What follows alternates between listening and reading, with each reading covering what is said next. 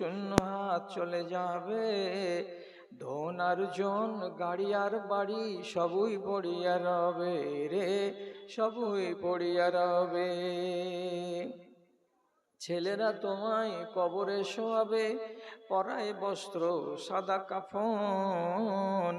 পথিকের বেশে হয়েছে তোমার এ ধরায় আগমন। সাজ সকালে এত ছুটাছুটি, কেন বা কিসের নেশায়? সম্বল কিছু করো না জোগাড়, বসে আছো কার আশায়? বিচারের দিনে পাশে দাঁড়াবে না, বিচারের দিনে পাশে দাঁড়াবে না কেউ তো আপনজন। পথিকের বেশে হয়েছে তোমার এ ধরায় আগমন। সব কিছু ফেলে চলে যাবে তুমি, আসিলে মরণক্ষণ রে, আসিলে মরণক্ষণ।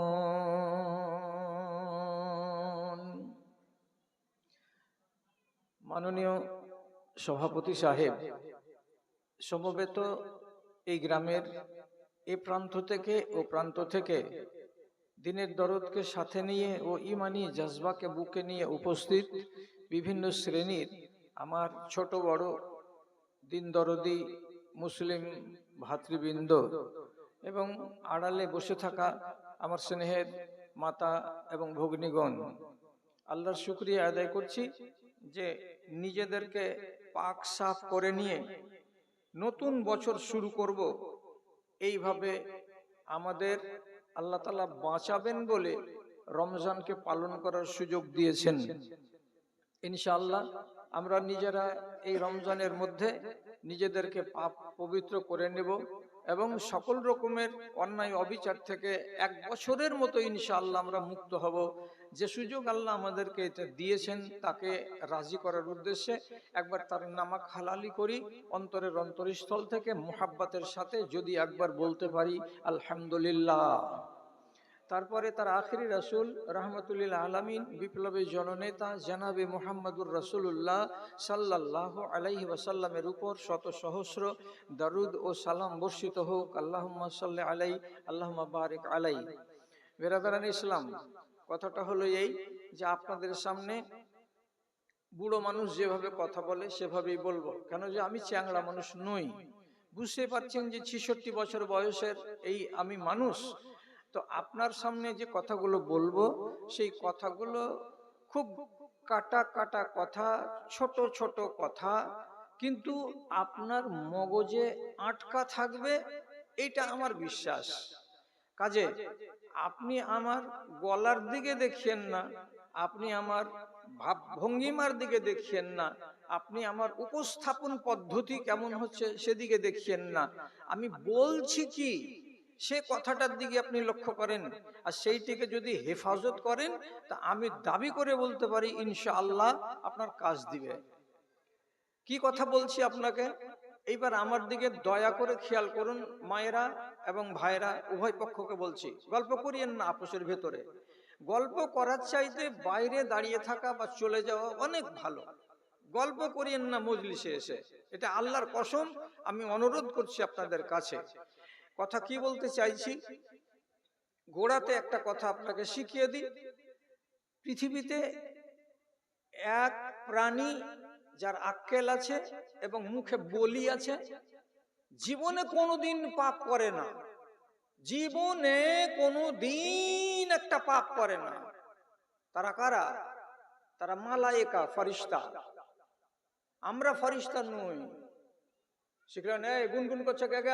খালা, ওই খালাটি, আমি অনুরোধ কেন করলাম? আমি যে অনুরোধ করলাম যেন কথা বলিও না, তো কথা কেন বলছো? আর এরা জীবনে পাপ করে না। যে পাপ করে না ও আস্তাগফিরুল্লাহ পড়বে?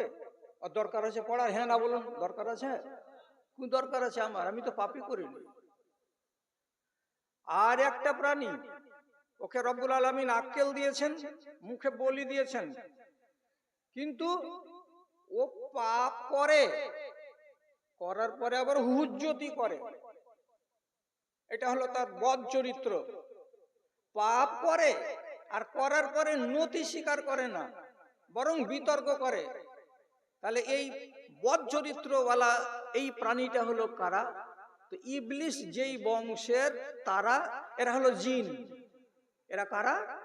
জিন, জিনেরা। এদের শরিয়ত আছে। এরা পাপ করবে আর করার পরে হুজ্জতি করবে। তাহলে দুই জীবের দুই চরিত্র।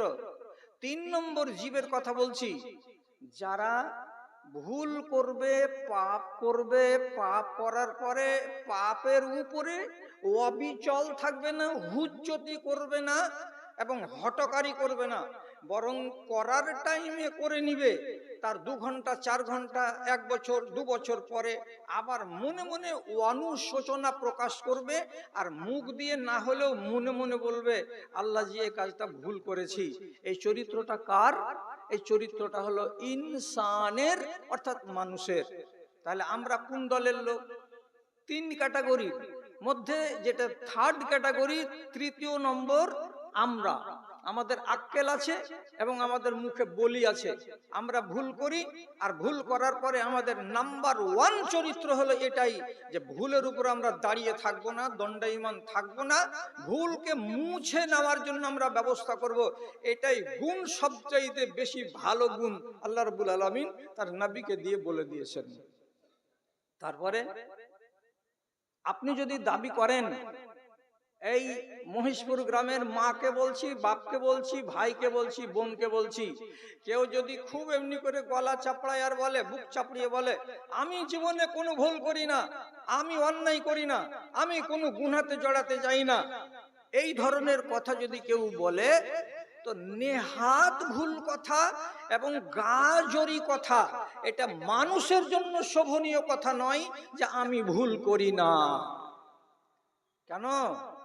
নবীজি বলেছেন, পৃথিবীতে বানি আদম যত আছে, বাপের চরিত্র থেকে ট্রান্সফার হয়ে এই চরিত্র তাদের বেটা বেটির ভেতরে এসেছে।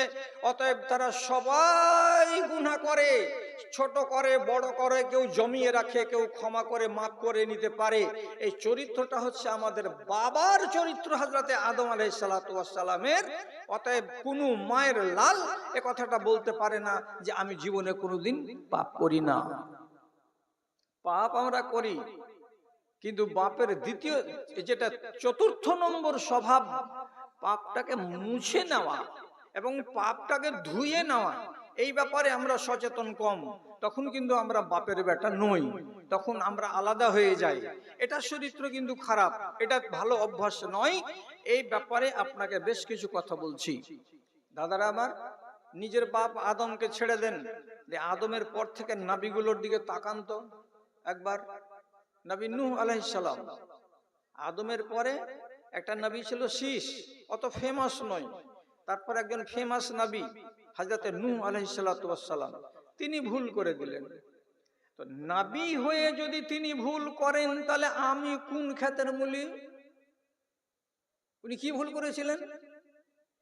নিজের নাফরমান বেটাকে, যে বেটা নিজের বাপকে দিবা লোকে বুড়ো আঙুল দেখায় এবং তাকে নবী বলে মানে না, কটাক্ষ করে, সেই ছেলে যখন বন্যার আযাবের পানিতে ডুবছে, তখন নবী নূহ আলাইহিস সালাতু ওয়াস সালাম থামতে না পেরে আল্লাহ তাআলার কাছে ফরিয়াদ করে বলছেন, হাযা ইবনি, আল্লাহ এটা আমার বেটা ডুবে যাচ্ছে চোখের সামনে, সইতে পারবো না, আমি হাত ধরে তাকে নৌকায় তুলে নেব। যেমন এই কথাটা বলা, আল্লাহ তাআলা বলছেন, আরে তুমি একটা পয়গম্বর, আর তোমার মতো একটা পয়গম্বর, একটা বেদিন, একটা মুশরিক, তাকে তুমি বলছো এটা আমার বেটা ডুবে যাচ্ছে, আমি ওকে নৌকায় তুলে নিব। এত বড় ভুল কাজ কেন তোমার দ্বারাই হবে? আল্লাহ নিজে বলছেন এটা ভুল তোমার দ্বারাই কেন হলো।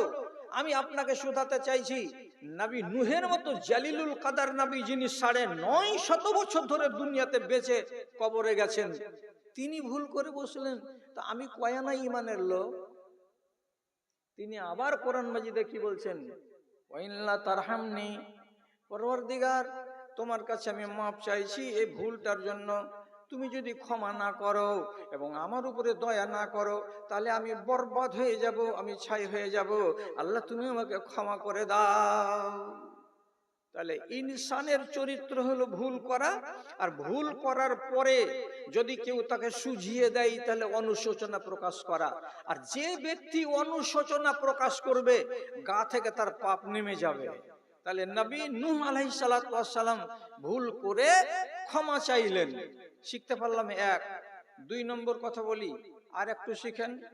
হযরতে দাউদ আলাইহিস সালাতু ওয়াস সালাম বাড়ির একদম 4 দেওয়ালের মাঝখানে বিশাল বড় প্রাসাদ, তার মাঝখানে কোনো মানুষের ঢোকার ক্ষমতা নেই, অথচ 2 জন মানুষ, অ্যাকচুয়ালি এরা মানুষ ছিল না, মানুষের আকৃতি নিয়ে ঢুকে গেছে।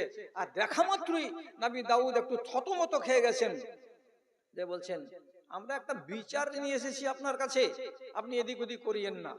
বিচারটা কি? তখন এরা 2 জন মানুষের আকার নিয়ে এসে শিক্ষা কথা কি বলছে, বলছে দেখেন এটা আমার ভাই, আমি তার ভাই, আমার 99টা, আমার একটা ছাগল আছে, আর আমার ভাইয়ের 99টা ছাগল আছে, অথচ আমার এই ভাই আমার একটা ছাগলকে কেড়ে নিয়ে তার নিজের ছাগলের সঙ্গে মিশিয়ে দিয়ে 100টা বানাতে চাইছে। আপনি বলুন তো, ওর 99টা ছাগল আর আমি একটা ছাগলের মালিক, তথাপি কেন আমার কাছ থেকে নিয়ে নিতে চাইছে? এটা কি ভালো কাজ করা হয়েছে? যেমনি কথাটা শুনলেন, সঙ্গে সঙ্গে নবী দাউদ বলছেন এত বড় জুলুম এটা করা উচিত হয়নি। তোমার তো 99টা আছে, আর এই লোকটার একটা মাত্র ছাগল, এটাকে তুমি কিসের জন্য তার কাছ থেকে কেড়ে নিতে চাইছো? রায় দিয়ে দিলেন। যেমনি রায় দিয়ে দেওয়া, আল্লাহ রাব্বুল আলামিন বলছেন এই তোমাকে নবী করে পাঠিয়েছি, তোমার এটাই বিবেক? এক পক্ষের কথা শুনলে আর আরেক পক্ষের কথা শুনলে না। এই লোকটা বলতো তো যে আমার 99টা আছে, তবু আমি এটা নিচ্ছি কেন? তো প্রতিপক্ষের কোনো বয়ান না শুনে নিয়ে তুমি এক পক্ষের কথা শুনে নিলে, নিয়ে রায় দিয়ে দিলে।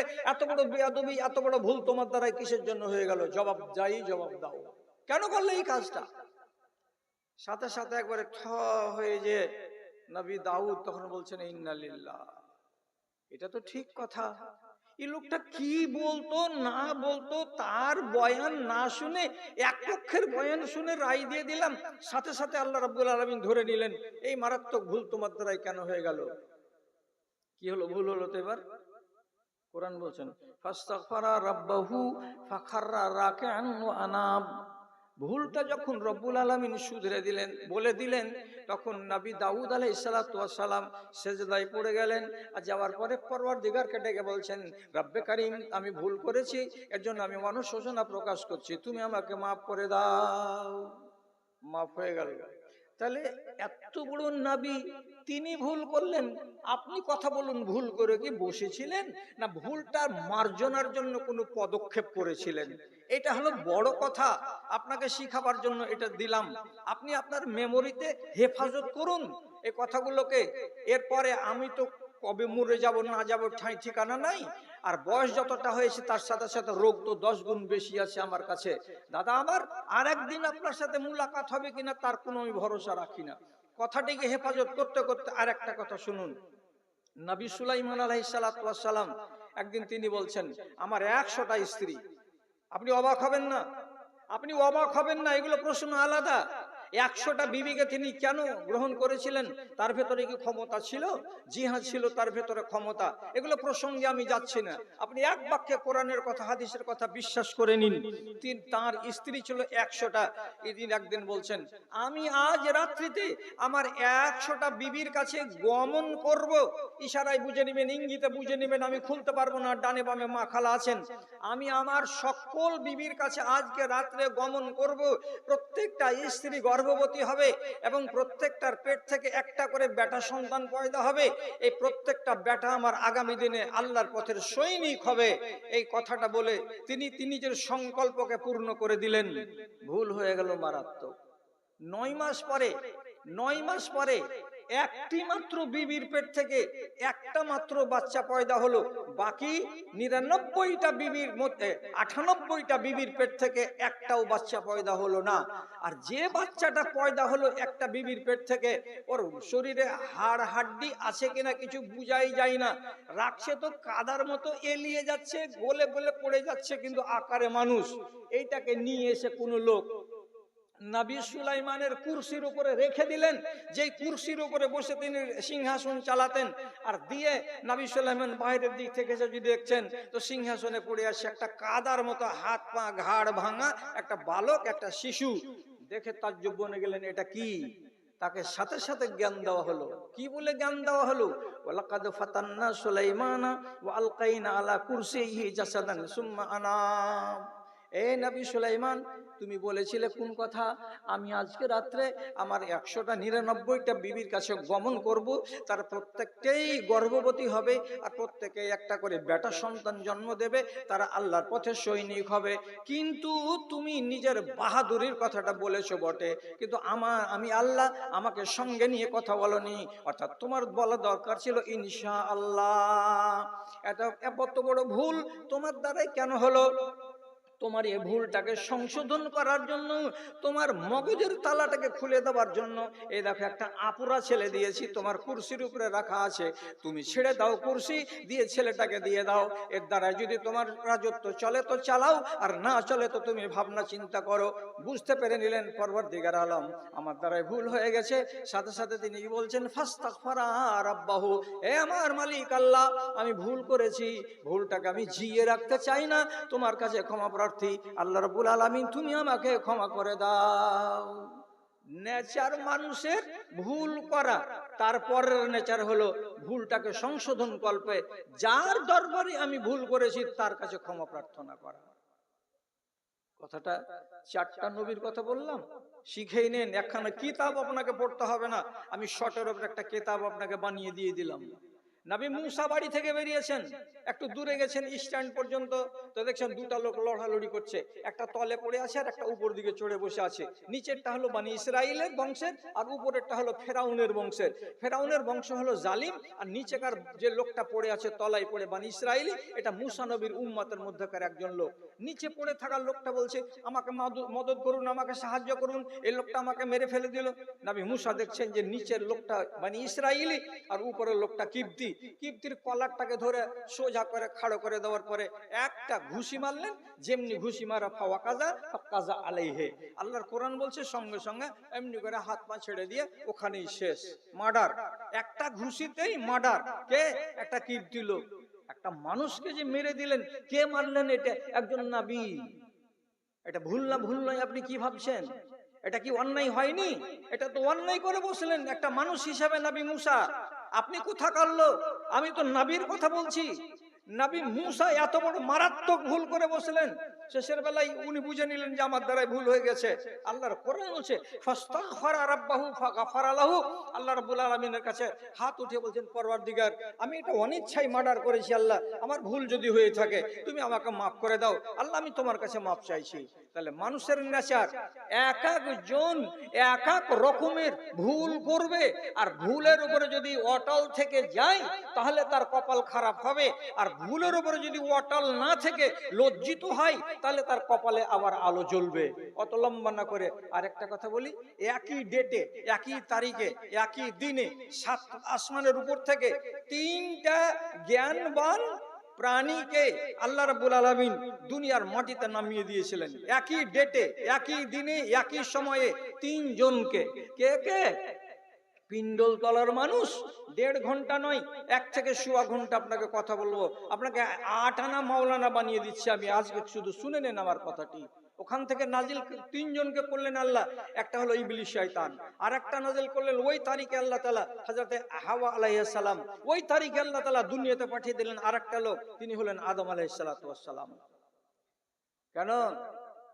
3টাই অপরাধী, 3টাই আসামি। 2টা আসামিকে আল্লাহ তাআলা মাফ করে দিয়েছেন, আর একটা আসামিকে আল্লাহ রাব্বুল আলামিন মাফ করেননি। করেননি তো কোথায়? লম্বা করে জানার দরকার নেই, শর্টের উপরে বলছি। যখন সেজদা দিল না ইবলিস শয়তান, তখন আল্লাহ তাআলা বললেন, তোমাকে বললাম তো সিজদা কেন দিলে না? তখন ব্যারিস্টারি করে বলছে কি, আনা খায়রুম মিনহু, আমি আদমের চাইতে উত্তম। মাটির তৈরি আদম পায়ের তলায় গড়াগড়ি যায়, আর আমি আগুনের তৈরি, আমি উপর দিকে উঠি, তো অতএব আমি তাকে সেজদা দেব না। আল্লাহ রাব্বুল আলামিন বললেন, হটকারি করছো, জেদ করছো, ভুল করার পরে আবার তুমি গলাবাজি করছো আমার সামনে। কোনো উত্তর না দিয়ে যখন ব্যারিস্টারি করলো, আল্লাহ রাব্বুল আলামিন বললেন, গুনাহ করার পরে যে জেদ করবে তাকে ছেড়ে কথা হবে না, অতএব তোমাকে এটাই পানিশমেন্ট দেওয়া হলো, ফাখরুজ ইন্নাকা রাজিম, এখান থেকে বেরিয়ে যাও, জুত্তাখোর হয়ে বেরিয়ে যাও, লাঞ্ছিত হয়ে বেরিয়ে যাও, তোমাকে ঝাঁটাখোর করে আমি এখান থেকে তাড়িয়ে দিলাম। ইবলিস শয়তান ঝাঁটাখোর হয়ে আল্লাহ রাব্বুল আলামিনের 7 আসমানের উপর থেকে মালাইকাদের সরদার বড় চেয়ার পেয়েছিল, চেয়ার চলে গেল, পদ চলে গেল, সব আসন থেকে ঝাঁটা খেয়ে দুনিয়াতে চলে এসেছে। ঝাঁটাটা কতদিন ধরে চলছে আন্দাজ করে নেন, ভালো করে শিখুন। আজ থেকে নিয়ে হযরতে আদমের দুনিয়াতে আসা টোটাল হলো 10,500 বছর। মনে থাকবে? 10,500 বছর হলো আদমের দুনিয়াতে আসা, আর ইবলিশেরও দুনিয়াতে আসা কত বছর হলো? 10,500 বছর হলো আসা। হিসাবটা কি করবেন?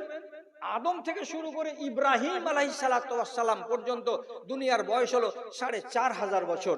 ইব্রাহিম আলাইহিসসালাম থেকে নবী মুহাম্মদ পর্যন্ত দুনিয়ার বয়স হলো আর 4,500 বছর। আর নবী মুহাম্মদ থেকে শুরু করে আজ পর্যন্ত দুনিয়ার বয়স হলো 1450 বছর, আর এক কথায় রাউন্ড ফিগারে 1,500 বছর। তাহলে আপনি মনে করেন তো হলো না 10,500 বছর, 11,000 বছর হলো না? 11 বছর আগে আল্লাহ রাব্বুল আলামিন ওর কপালে ঝাঁটা মেরেছেন, সে ঝাঁটাটা আজ পর্যন্ত চলতে আছে। কি আপনি কোরআন যখন নামাজে দাঁড়াবেন, 3 তালা জামে মসজিদে গিয়ে প্রথমে সানা পড়তে হয়। সানাটা জানেন সবাই তো, আল্লাহুম্মা বাঈদ বাইনি। তারপরে আপনাকে কি বলতে হবে? সানার পরে কি বলতে হবে? আউযু বিল্লাহিস সামিউল আলিম মিনাশ শাইতানির রাজিম, বিসমিল্লাহির রহমানির রহিম, আলহামদুলিল্লাহি রাব্বিল আলামিন। প্রত্যেকটা নামাজিকে বলা হলো শয়তানের কপালে আগে ঝাঁটা মারো, তারপরে কোরআন তেলাওয়াতে যাও। পৃথিবীতে যত মানুষ আছে, মুসলমান আছে, সমস্ত মুসলমান কোরআন তেলাওয়াত করতে গেলে আগে কাজ হলো ঝাঁটা মারা, তারপরে কোরআন তেলাওয়াত করা। যত মুসলমান নর নারী আছে, নামাজে যখনই দাঁড়াবে তখনই প্রথমে কাজ হলো ইবলিস শয়তানের কপালে ঝাঁটা মারা, তারপরে নামাজের সূরা পাঠ করা। কতদিন চলবে? কিয়ামত যতদিন না হবে ততদিন চলবে। তাহলে কত বড় শাস্তি পেয়েছে শুধু হটকারি করার জন্য।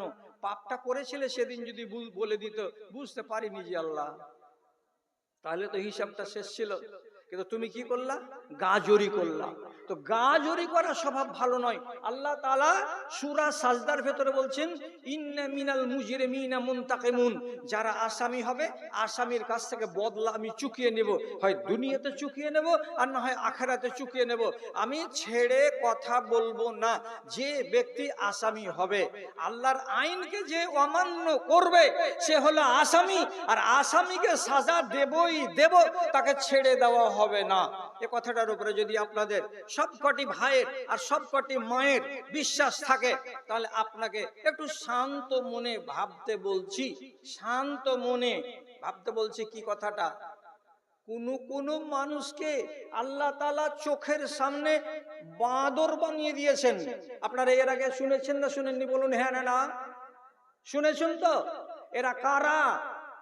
এরা দাউদ নবীর কওম। যখন নবী দাউদ মসজিদে দাঁড়িয়ে খুতবা দিতে খাড়া হতেন, আল্লাহর কিতাব পড়তেন, তার নাম হলো জাবুর। এত মিষ্টি সুর ছিল যে এই জাবুরের তিলাওয়াত শোনার জন্য ইলিয়া নদী থেকে এই বড় বড় 10 কেজি আর 20 কেজির কাতলা রুইর মাছ এসে মুখটাকে খুলে দিয়ে এমনি এমনি করে আও আও আও আও করতো, আর যতক্ষণ খুতবা চলতো ততক্ষণ তারা তেলাওয়াত শুনতো। এই মাছগুলো যখন লোভ হয়ে গেল, তো একজন আর একজনকে বলছে, জমশেদ চাচা, এত বড় মাছ বাপ কালামে দেখেছো, এই মাছে না মারলে হবে না। এই 1 জুমা গেল, 2 জুমা গেল, নবী দাউদ জানতে পারলেন আমার উম্মতিরা কিন্তু মাছ মারবে। তখন তিসরা জুমার দিন উনি জুমার মসজিদে খুতবা দিয়ে বলছেন, ওই আমার লোকেরা, তোমরা একটা কথা বলো তো, আমরা হলাম ইহুদি জাতি, আমাদের উপরে রব্বুল আলামিন শনিবারের দিন জুমা ফরজ করেছেন, আর ঈসাই যারা খ্রিস্টান তাদের জন্য রবিবারের দিন জুমা ফরজ করা হয়েছে, আর আমরা মুসলমান আমাদের জন্য শুক্রবারের দিন জুমাকে ফরজ করা হয়েছে। আসল জুমা হলো শুক্রবার, আর ওরা পায়নি আসল জুমাকে, তথাপি তারা শনিবারে পড়েছে, তথাপি তারা রবিবারে পড়ে যায়। তো শুনো তো বাবা, তোমরা দেখতে পাচ্ছ তো এই মাছগুলো কোনোদিন সোমবারের দিন আসে? যে না, এই মঙ্গলবারের দিন মাছগুলো কখনো আসে না? আসে না। বৃহস্পতিবার শুক্রবার আসে না? আসে না। তাহলে কি বারের দিন আসে? শনিবারের দিন মাত্র আসে। তাহলে তোমরা বুঝতে পারো না যে শুধু শনিবারের দিন জুমার খুতবার টাইমে আসছে আর বাকি টাইমে আসে না? তাহলে এই কথাটা তোমরা তো যখন বুঝতে পারছো, আমি তোমাদেরকে জোড়হাত করে বলছি, বাবা ধনেরা, খবরদার এই অবলা প্রাণীকে মারিও না। যদি তোমরা শুক্রবারের দিন আসা খুতবা শুনতে আসা মাছকে মেরে দাও, তাহলে আল্লাহ তোমাদের উপরে নারাজ হবে, তোমাদের উপরে আযাব চলে আসবে, তোমাদেরকে মাপ দেওয়া হবে না। 2-3 জুমা সবুর করে থাকলো। আর একবারের জুমার ব্যাপারে, জুমার দিন বাঁধের ব্যাক সাইডটাকে বানা দিয়ে ঘেরে নামাজ রোজা করে নেওয়ার পরে তাড়াতাড়ি করে সব বেরিয়ে বলছে মাছ মারতে শুরু কর। একজন দেখিয়ে দেয়, আর একজন নেমে পচকা মারে, একজন জাল ফেলে, আর কিছু কিছু লোক রোডের কিনারে দাঁড়িয়ে দাঁড়িয়ে দাঁড়িয়ে খালি দাড়ি থেকে নাড়ে আর বলে সুবহানাল্লাহ সুবহানাল্লাহ, তোরা মাছ মারছিস, তোরা মাছ মারছিস, সুবহানাল্লাহ। তাহলে 3 প্রকারের লোক নদীর কিনারাতে দাঁড়িয়ে দাঁড়িয়ে 3 রকম কাজ করেছে। একগুলো মাছ মেরেছে, আর একগুলো লোক মাছ দেখিয়ে দিয়েছে, আর একগুলো লোক নীরব দর্শক হয়ে রাস্তার কিনারায় দাঁড়িয়ে দাঁড়িয়ে থেকেছে। আল্লাহ তাআলা স্পষ্ট করে বলে দিলেন, বাংলা কোরআন মাজিদ এই গ্রামের লোকের কাউরি বাড়িতে আছে?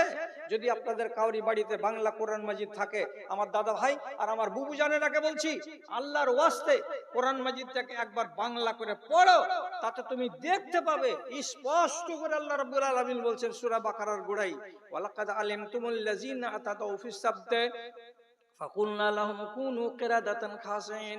আমি দিনের বেলায় ওই সমস্ত লোক কটাকে বললাম, মসজিদে যেটি লোক বসেছিল সেটি বাদ, আর বাকি বাইরে 3 কোয়ালিটির লোককে রব্বুল আলামিন বললেন, চোখের সামনে এক নিমেষে তোমরা সব বাঁদর হয়ে যাও। কেমন বাঁদর হও? আল্লাহ বলছেন খাসিন, জুতাখোর বাঁদর হয়ে যাও, লাঞ্ছিত বাঁদর হয়ে যাও, তোমাদেরকে কেউ ভালো চোখে আর দেখবে না। 1 মিনিটের ভেতরে 1 সেকেন্ডও বলতে পারেন আযাব চলে আসলো। কেন? কান থেকে শুনোনি, চোখ থেকে দেখোনি, আক্কেল থেকে নবীর কথাটাকে বুঝোনি। আল্লাহ রাব্বুল আলামিন তোমার মতো আসামিকে ছেড়ে কথা বলবেন না, অতএব বাদর হয়ে গেল।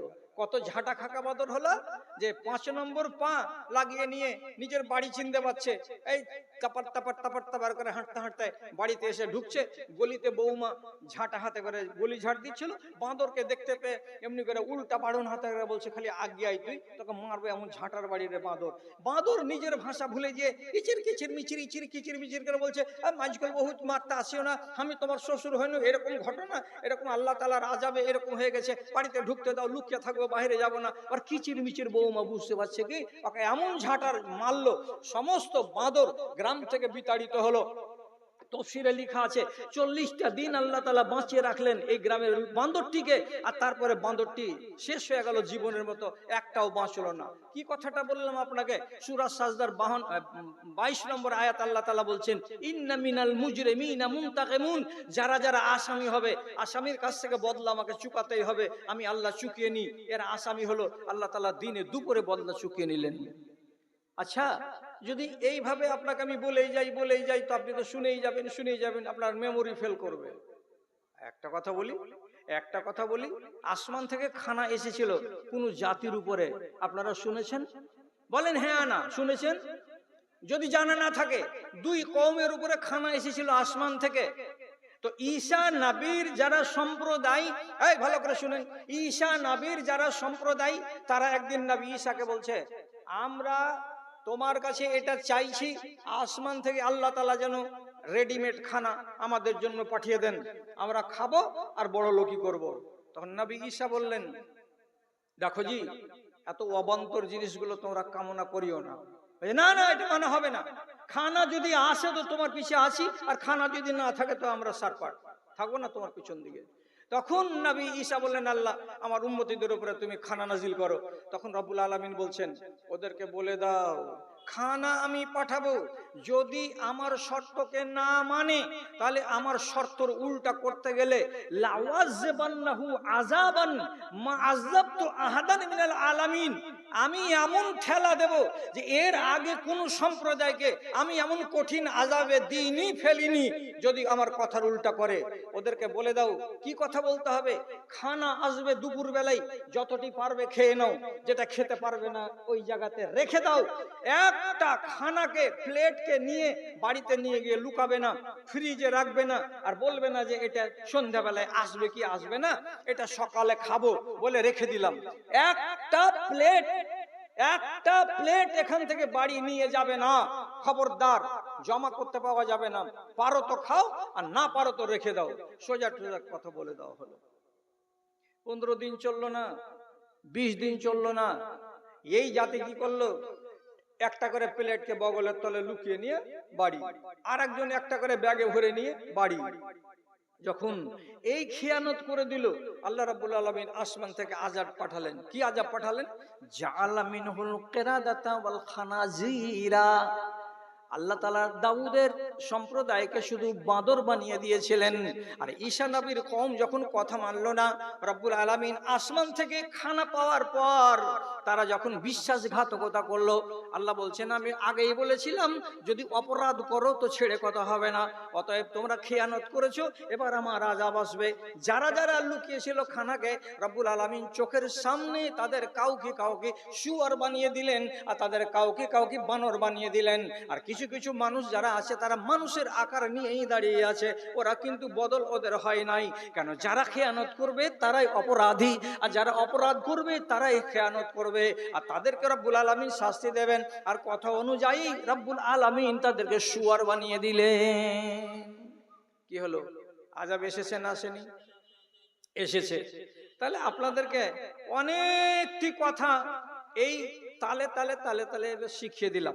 এখন আপনার সামনে আদবের সাথে আপনাকে শোনাতে চাইছি যেটি কাজের কথা, সেই কথাটির দিকে আমার মায়েরা একটু কান দাও, ভাইয়েরা একটু কান দাও। আযাব কত রকমের আছে এবং আপনার পছন্দ কোনটা আপনি একে জবাব দেন। পছন্দ মানে? পছন্দ মানে আযাবটা যুক্ত আছে কাজের সাথে। আযাবটা যে যুক্ত আছে তো কাজের সাথে, এবার আপনি নিজের কাজটাকে মিলান, তাহলে বুঝে নিব যে আপনি কোনটা আযাব পছন্দ করেন। আমি আপনাকে একটা কথা বলছি, একটা আযাবের কথা আল্লাহ রাব্বুল আলামিন বলছেন, কিয়ামতের দিন তোমাকে দু চোখের কানা করে হাসরের ময়দানে আনা হবে। কানা মানুষ যেমন করে হাতড়িয়ে বেড়ায়, ওই রকম করে তুমি হাতড়াবে আর হাঁটবে, আর তুমি আল্লাহকে জিজ্ঞেস করে বলবে, লেমা হাসারতানি আমা, এ রব্বে করিম তুমি আমাকে কানা করে কেন উঠিয়েছো দুনিয়া আখেরাতে? তখন আল্লাহ তাআলা বলবেন, দুনিয়াতে তোমার সামনে আমার কোরআন ছিল, আর আমার কোরআনকে বুঝিয়ে দেওয়ার জন্য মিম্বারে তোমাকে 52 দিন মুলবি সাহেব খুতবা দিয়ে বলেছিল, তারপরে তুমি শুনোনি, তার মানে তোমার চোখটা কানা হয়েছিল। আমার আয়াতগুলোকে মানোনি, তার মানে তুমি চোখে দেখতে পাওনি, কানে শুনতে পাওনি। তো দুনিয়ায় তুমি যখন আমার কোরআনকে না মেনে কানা হয়েছিলে, আজকে তোমাকে আমি কানা করে হাসরের ময়দানে উঠিয়েছি। অতএব ভাববার কিছু নাই, তুমি তোমার যে কাজ করেছো কর্মদোষে তোমার সেটাই সাজা হয়েছে। দুনিয়াতে আমার কথা শুনোনি, কানা হয়ে এসেছো। এবার আপনারা সবটি বলবেন এখান থেকে রোড পর্যন্ত, আমরা ইনশাআল্লাহ কেউ কানা হব না। তো জুমা মসজিদে একদিন খুতবাতে ওয়াজ হলো, কি বলে যে যাকাত না দিতে গেলে পাছাকে ছ্যাঁকা দেওয়া হবে, লোহাকে পুড়িয়ে পুড়িয়ে। আর কলকি পোড়া বুঝেন, আগেকার লোক বুঝে, এখনকার জামানার ছেলে পেলে বুঝে না। এড়ের পিছন দিকে দাগ দেখেছো কোনো ভাই? ষাঁড়ের পিছন দিকে পুট্ঠাতে দাগ দেখনি? এটা কেন? এটাকে লোহাকে পুড়িয়ে পাছাতে এইগুলো করে ছ্যাঁকা দিতে গেলে জিন্দেগির মতো দাগ পড়ে যায়। তো এইগুলো দেওয়া হয় খুব কষ্টের মাধ্যমে।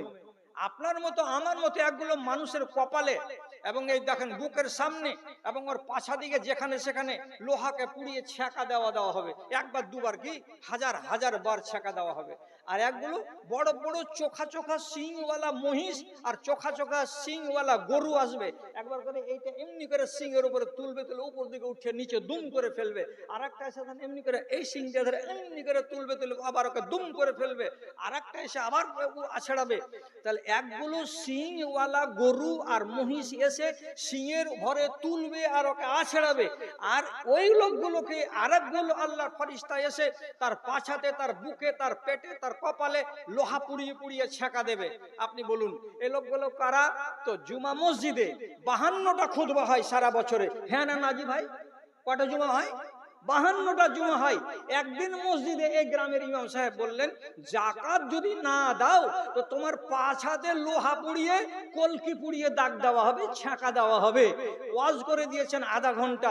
তারপরে পিণ্ডলতলা গ্রামের ওই মাথা থেকে এই মাথা পর্যন্ত জানা যাচ্ছে কি 25টা লোক এমন আছে যে যাদের ব্যাংকে 10 লাখ, 20 লাখ, 30 লাখ টাকা করে জমা আছে। কোন আল্লাহর বান্দা 20খানা লুঙ্গি কিনেনি তার গ্রামের একটা ফকিরকে দেওয়ার জন্য, কোন একটা আল্লাহর বান্দা 20খানা শাড়ি কিনেনি আল্লাহর একটা বান্দিকে দেওয়ার জন্য। লাটের মতো খাচ্ছে আর ঘুরে বেড়াচ্ছে আর বলছে টাকা আছে, আমার বাপের ধন আছে। কাহারই বাপের কি আছে? ছ্যাঁকা খাওয়ার মতো যদি স্বাদ থাকে তাহলে জমা করে রাখো মালকে। তোমার মাল কেউ নেওয়ার জন্য মুখিয়ে নেই, তাকিয়ে নেই। তোমার মাল না হলেও গরিবের দিন কেটে যাবে, কিন্তু তোমার দিন কিভাবে কাটবে তুমি এই সাজাটা নেওয়ার জন্য রেডি আছো তো? তাইয়ার? যদি বলে হ্যাঁ তাইয়ার, তাহলে জাকাতকে আটকিয়ে রাখো। আর যদি বলো যে না আমি জাকাত আটকিয়ে এত বড় শাস্তি নিতে পারবো না, তাহলে এক্ষুনি হাতখানাকে খুলো, মরে দেখো টাকার যতগুলো চাবি আছে সমস্ত আলমারির কেড়ে নেবে। আর এক একটা মা খালা আমাদের দেশে এমন আছে যার বাড়িতে 10 ভরি, 12 ভরি, 14 ভরি সোনা আছে, কিন্তু একানা পয়সা জাকাতের নামে বের করে না। খালা শুনে রাখো, শুনে রাখো, শুনে রাখো, একটা বেটি ছেলে দুটো বালা সোনার হাতে দিয়ে রাসূলুল্লাহর সামনে খাড়ো আছে। রাসূল বলছেন এই বালার যাকাত বের করেছো, তোমাদের জিনা বের করিনি। আতো হেব্বো আনতুসাফিরুকা সিওয়ারান মিনান নার, কিয়ামতের দিন তোমাকে দুখানা আগুনের বালা পরানো হবে, রাজি আছো তুমি? তখন মেয়ে ছেলেটি বলছে না আমি রাজি নেই। তাহলে তুমি তোমার এই বালার যাকাত কেন বের হয়নি? মেয়ে ছেলেটি এত ভয় পেল, সঙ্গে সঙ্গে বালা দুটোকে খুলে সামনে চালিয়ে ফেলে দিল। সাহাবায়ে কেরাম বললেন আরে ফেলছো কেন? একে কুড়িয়ে নিয়ে যাও, যাকাত দাও, তোমার বালা পাক। বলছেন না, যে জিনিস আমাকে আগুনে নিয়ে যাবে সেই জিনিস আমি আর হাতে পরবো না। তোমার কাছে কি 87 গ্রাম সোনা নাই? ও বেটি ছেলে, মহিষপুর গ্রামের মাকে বলছি, তোমার বাড়িতে যদি 87 গ্রাম সোনা থাকে তুমি যাকাত দাও, না হলে তোমার কপাল খারাপ আছে। এটা নিতে পারবে? এটা আজাব নিতে পারবে? আমি ওই জন্য গোড়াতে বলেছি না, আপনি হাসছিলেন মনে মনে যে কে কোনটা আজাব পছন্দ করে। কেউ নিজে থেকে আজাব পছন্দ করে? জি না। আর একটা বলছি, খেয়াল করুন আমার দিকে, একটা আজাবের কথা লেখা আছে। একটা ইটের ভাটাতে যেমন চুল্লি থাকে সেই রকম একটা জাহান্নামে চুল্লি থাকবে। চুল্লিটা কেমন? বলছেন নিচের অংশটা অত্যন্ত চওড়া আর উপর দিকটা সরু হতে হতে হতে হতে একেবারে অনেকটা সরু হয়ে গেছে।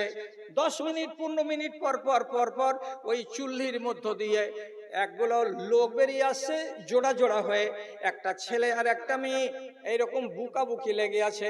এদের দুইজনের গায়ে 1 ইঞ্চি কাপড় নাই, দুজনই উলঙ্গ হয়ে আছে।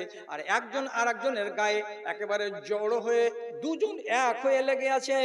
আর ওই উলঙ্গ অবস্থায় চুল্লির উপর মাথা দিয়ে ভর ভর ভর ভর করে ধোঁয়ার সাথে সাথে বেরিয়ে যাচ্ছে, উপর দিকে যাচ্ছে, 50 ফিট উপর পর্যন্ত চলে যাচ্ছে।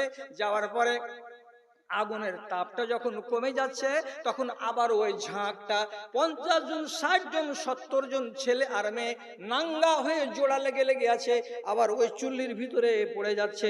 চুল্লির ভিতরে যাওয়ার পর জ্বলছে জ্বলছে জ্বলছে জ্বলছে, আবার আধা ঘন্টা 1 ঘন্টা পরে আবার 100-150 জন ওই রকম জোড়া হয়ে বেরিয়ে চলে যাচ্ছে ওপর দিকে।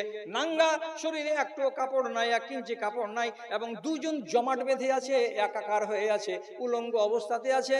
এই দৃশ্যটা দেখতে পাওয়া যাচ্ছে।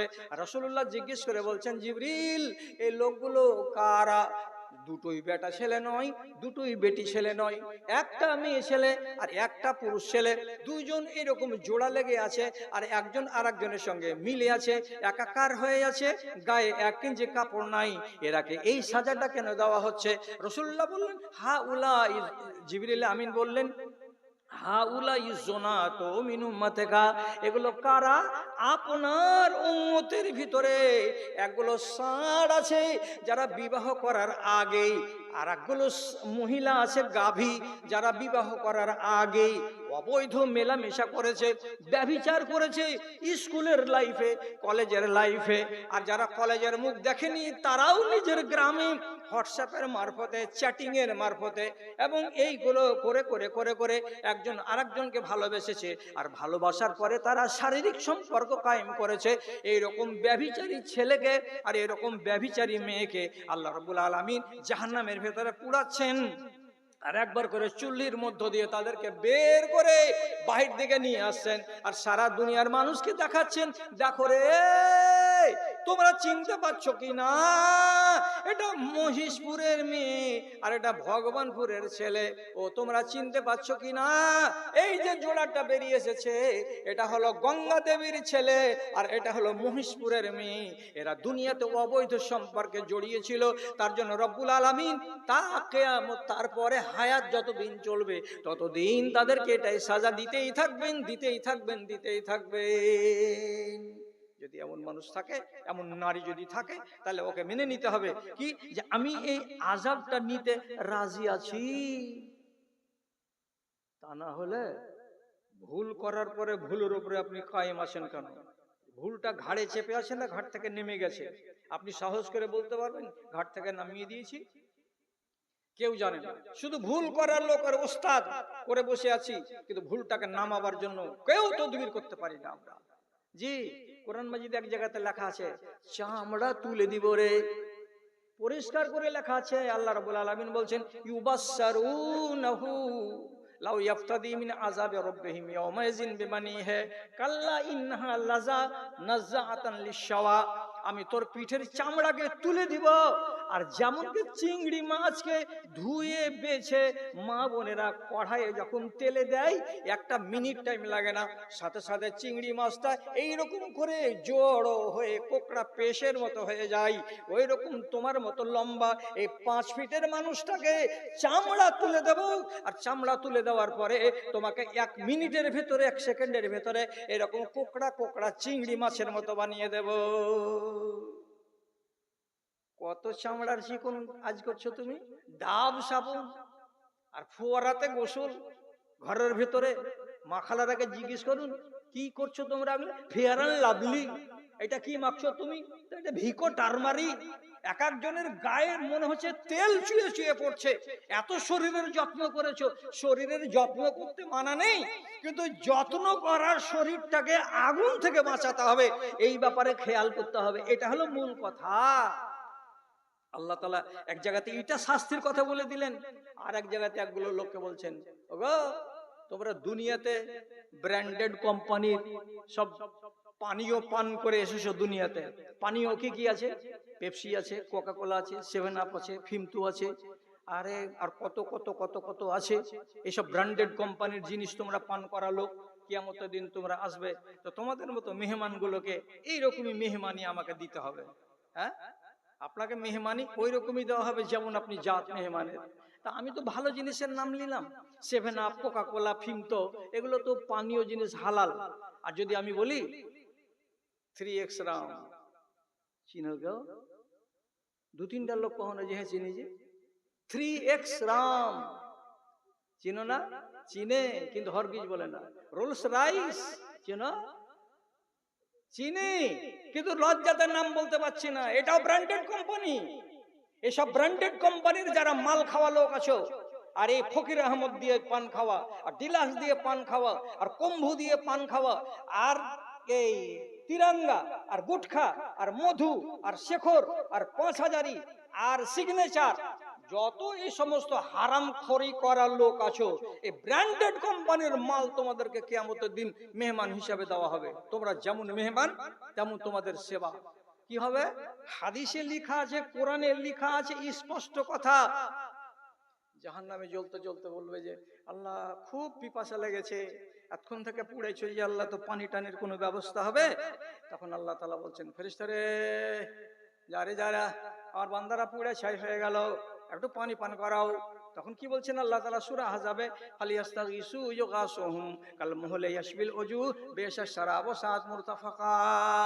জাহান্নামে যত মানুষগুলো জ্বলছে, জ্বলা জ্বলা জ্বলা জ্বলা শরীর থেকে পুজ এবং লহু আর ময়লা আর মাটি বেরিয়ে বেরিয়ে এক জায়গাতে যেমন ঘানির তেল জমা হয়, ওইরকম জাহান্নামের একটা চেম্বারে গিয়ে সব জমা হচ্ছে। ওই পুজ এবং লহুগুলোকে আল্লাহর ফেরেশতারা, ফুটন্ত পুজ লহুকে হাত দিয়ে উঠাবের ক্ষমতা নয়, এজন্য লম্বা লম্বা সাঁড়াশি দিয়ে, লম্বা লম্বা শেকল পরানো বাসন দিয়ে দূর থেকে তুলে তোমার মতো আমার মতো এই মানুষগুলো যারা জাহান্নামে জ্বলবে তার মুখের কাছে গিয়ে যেমন নিয়ে যাবে, ও মেহমান পানি খাবা নাকি, আগে থেকে হা করে মুখ দিয়ে বলবে আমাকে দাও আমাকে দাও, আমাকে বড্ড পিপাসা লেগেছে, যেমনি হা করবে ওই পানিগুলো পুজ লহু গরম পানিগুলো ঢেলে দেওয়া হবে মুখে, আর বলবে গট গট গট গট করে তোমরা খাও। যেমনি পানিগুলো পান করা হবে, সঙ্গে সঙ্গে সমস্ত পানি আর পেটের নাড়ি আর ভুঁড়ি আর কলেজা আর ফুলকা যা ছিল মলদার দিয়ে সমস্ত হড় হড় করে নিচে নেমে যাবে। তাকাবে বড় বড় চোখ করে আর বলবে আল্লাহ জি পানি খেতে চাইলাম, তো এমন কোন পানি দেওয়া হলো যে পানিতে ভিতরের সব বারাত মেরে দিয়ে সবকে আউট করে দিল? আল্লাহ বলবেন পেরেশান হবি না রে বান্দা, যতটি নাড়ি ভুঁড়ি জ্বলে পুড়ে বাইরে বেরিয়ে গেছে, 1 মিনিটের ভেতরে আবার তোমার ভেতরে সেগুলোকে তৈরি করে দেওয়া হবে। সিলসিলা চালু চালু চালু চলতে থাকবে। আর এক বেলা যারা এইগুলো পান করা মেহমান, এদের সম্বন্ধে হাদিসে লেখা আছে, কি লেখা আছে?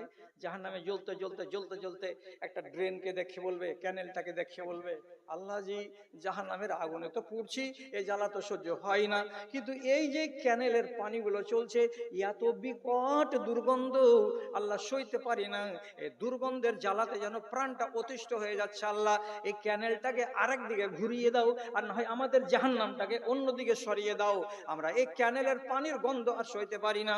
আল্লাহ রাব্বুল আলামিন তাদেরকে বলবেন, ও আমার মেহমানেরা, তোমাদের জন্য ব্র্যান্ডেড কোম্পানির একটা নহর খোলা আছে, এগুলোই তোমাদেরকে পান করতে হবে। নহরটার নাম কি? তো গুতা নহর। নহরের নাম হলো গুতা নহর। এই নহরের পানিগুলো কেমন?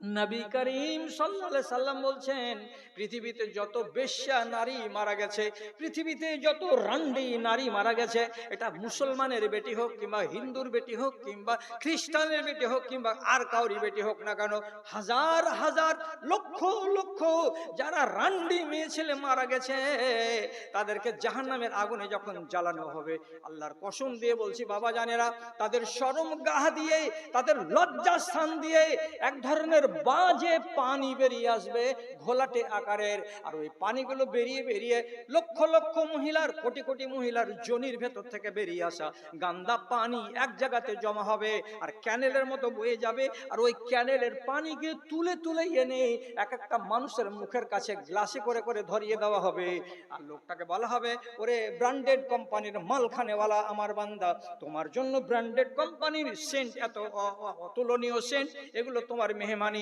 পান করো আর মজা করো, পান করো আর মজা করো। এটাও শাস্তির কথা আল্লাহ রাব্বুল আলামিন তার নবীকে দিয়ে পরিষ্কার করে রেখেছেন। এটা কারা নিবে?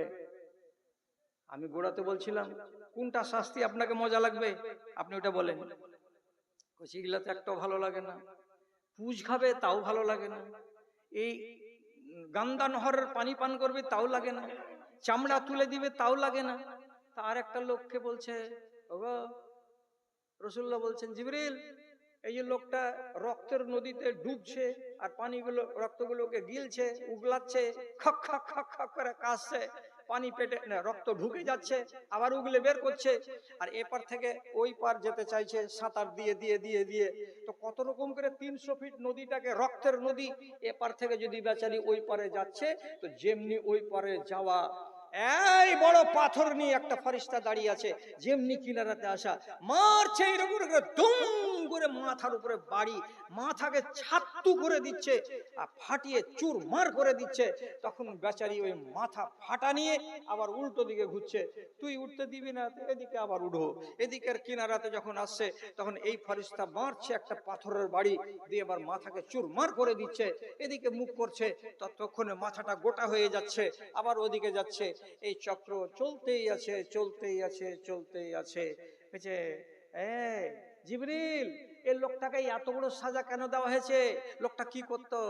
তো বলছি, এই লোকটা বুড়ি বেওয়া মায়া লোকের সরকারের দেওয়া ঘরের টাকা 1,20,000-এর ভিতরে 60,000 টাকা দিয়ে বাকি 60,000 টাকা মেয়েরা খাওয়া, এই হারামখোরকে এই শাস্তিটা দেওয়া হয়েছে। আর কাকে? পরের মালকে ভক্ষণ করা হারামখোর ছিল, এই একে দেওয়া হয়েছে। এটা হলো সুদখোর, সুদখোরি করত, মানুষের কাছ থেকে অন্যায়ভাবে টাকা তুলে তুলে নিত, এটাকে বলা হয় ঘুষ, এটাকে বলে রিশওয়াত।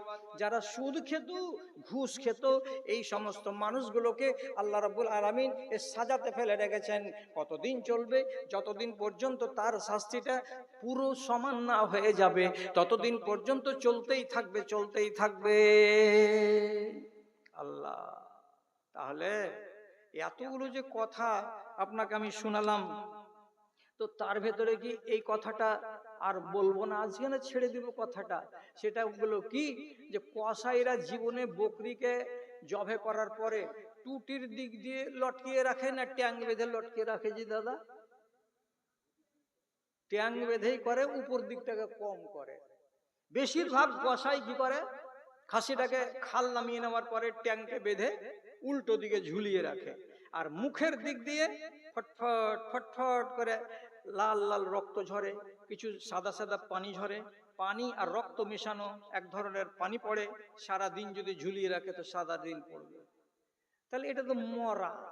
যদি জীবিতকে লটকানো হয় তো কি হবে? কি হবে? কি হবে? তাহলে আপনাকে বলে দিই কত রকমের আল্লাহ রাব্বুল আলামিন আগুন রেখেছে, শাস্তি রেখেছেন। তো রাসূলুল্লাহ শুয়ে আছেন, একদিন দুটো ফেরেশতা মানুষের রূপে এসে রাসূলকে উঠে বলছেন, চলো উঠে যাব, যেখানে আমরা যাব। রাসূল বেরিয়ে গেলেন, চলতে লাগলেন, একটা পাহাড়ের কাছে গেলেন, বলছে উঠেন উপরে। বলছে, আমি তো বাবা এই পাহাড়ে উঠতে পারবো না। বলছে, আপনার দুখানা বাহু ধরে আমরা হেল্প করব, আপনি উঠুন উপর দিকে। রাসূলুল্লাহকে উপর দিকে উঠাতে উঠাতে উঠাতে উঠাতে এমন এক জায়গাতে নিয়ে চলে গেলেন। তখন রাসূলুল্লাহ দূরে থেকে আওয়াজ পাচ্ছেন, এত বিকট আওয়াজ, যেমন গরুর আন্ডা অন্ডকোষকে যখন বের করে মানুষেরা, তো যখন কষ্ট হয় গরুর, তো গরু যেমন করে গ্যাংড়ায়, এইরকম করে বিকট আওয়াজ করে গ্যাংড়ানির আওয়াজ আসছে। আর এই আওয়াজ শুনে রাসূলুল্লাহ কান খাড়া করে দেওয়ার পরে বলছেন, এই বিকট আওয়াজ কোথাকার? কিসের আওয়াজ এটা? কিসের আওয়াজ? তখন ফেরেশতা দুটো বলছেন, আপনি দেখবেন, চলেন আমাদের সাথে। যেতে যেতে যেতে যেতে যখন স্ট্যান্ড পর্যন্ত গেলেন, তো দেখা যাচ্ছে কি দুটা করে বাঁশ গাড়া আছে, আর একটা করে বেড়া বাঁশ লাগা আছে। একটা বেড়া বাঁশের মাঝখানে একটা মানুষকে উল্টিয়ে ঝুলিয়ে দেওয়া আছে, ট্যাঙে দড়ি দেওয়া আছে, মুখের দিকটাকে নিচু দিকে ঝুলিয়ে রাখা আছে, আর তার মুখ দিয়ে সারাদিন, নাক দিয়ে তার সারাদিন ফটফট ফটফট করে জল পড়ছে, আর মুখ দিয়ে রক্ত ঝরে ঝরে পড়ছে, আর কিছু কিছু পানি ঝরে ঝরে পড়ছে। একটা নয়, দুটা নয়, তিনটা নয়, চারটা নয়, হাজার হাজার মানুষকে এই রকম করে জোড়া জোড়া খুঁটিতে বেড়া বাঁশে ঝুলিয়ে রাখা হয়েছে, আর গরুর মতো করে সারাদিন গাড়াচ্ছে। রাসূল করিম সাল্লাল্লাহু আলাইহি সাল্লাম এই মানুষগুলোকে দেখলেন এবং তাদের বিকট চিৎকারকে শুনলেন। শোনার পরে জিবরিলকে জিজ্ঞেস করে বলছেন, হে জিবরিল, এই লোকগুলো কেমন সাজা কেন দেওয়া হয়েছে? অপরাধটা কি আছে? তখন হযরতে জিবরিল আলাইহিস সালাতু ওয়াস সালাম বললেন, এই লোকগুলো হলো সেই লোকগুলো যে লোকগুলোর বাড়ি ছিল শামসিতে, এই লোকগুলোর বাড়ি ছিল ভগবানপুরে, এই লোকগুলোর বাড়ি ছিল পিণ্ডলতলাতে, এই লোকগুলোর বাড়ি ছিল ওই গঙ্গা দেবীতে। এই এলাকার মুসলমান যাদের আশে আর পাশে আলেমে ভর্তি ছিল, সেই সমস্ত মানুষগুলোর ভিতরে এমন একগুলো মানুষ ছিল যারা দিনের বেলায় বিসমিল্লাহ হোটেলকে আবাদ করেছে শামসির, যারা দিনের বেলায় নিজের বাড়িওয়ালিকে চোখ রাঙানি দিয়ে বলেছে, খবরদার তুই যদি আওয়াজ করিস তো তোর থতটাকে ভেঙে দিব, আমি বলছি খানা এনে দে। বাড়িওয়ালি স্বামীর ভয়ে ঘরের ভেতরে তাকে দিনের বেলায় খানা এনে দিয়েছে, চপচপ করে খানা খেয়েছে, রোজা রাখেনি। তো যারা রমজান মাসকে উপেক্ষা করেছে, রোজা রাখেনি, এই মানুষগুলো, ওই মানুষগুলোই এদেরকে উল্টা করে আল্লাহ রাব্বুল আলামিন ঝুলিয়ে রেখেছেন। আর অতদিন পর্যন্ত ঝুলিয়ে রাখবেন যতদিন পর্যন্ত তাদের কাফারা না হয়ে যায়। আচ্ছা, এত রকমের যে আযাব বলছি, তো মায়েরাই কেউ জবাব দিক আর ভাইরাই কেউ জবাব দিক, কোনটা শাস্তি আপনাকে একটু আরাম লাগলো? চলবে কোনো একটা? চলবে না একটাও না? তাহলে হাইল কাটা দিস, হাইল কাটা নিয়ে এলেন। আবু তালেব রসুলকে পালা পোষা করেছেন 47 বছর। আবু তালেব মুমিন নয়, কাফের হয়ে মরেছে। রসুলকে দেখাশোনা করেছেন 6 বছরের বালক থেকে শুরু করে কত বছর বললাম? 47 বছর পর্যন্ত রসুলের পৃষ্ঠপোষকতা করে গেছেন। কে? আবু তালেব। আবু তালেবের এই পৃষ্ঠপোষকতা করার কারণে আল্লাহ তাআলা বলছেন, হে আমার নবী, আবু তালেবকে আযাব দিব, কিন্তু সারা পৃথিবীর মানুষের আযাবের চাইতে হালকাটাই দিব, ওকে বেশি দামি আযাব আর কড়া আযাবটা দিব না। তখন আল্লাহ তাআলার নবী বড় আগ্রহ করে শুনছিলেন যে আমার চাচাকে হয়তো আল্লাহ তাআলা কোনো হাইলকে আযাবটাই দিবেন। কি আযাব দিবেন মনে মনে ভাবছেন। তো বলছে যে রোদ্রে খাড়া করে রাখবেন 12 মাস, থাকো রোদে খাড়া থাকো।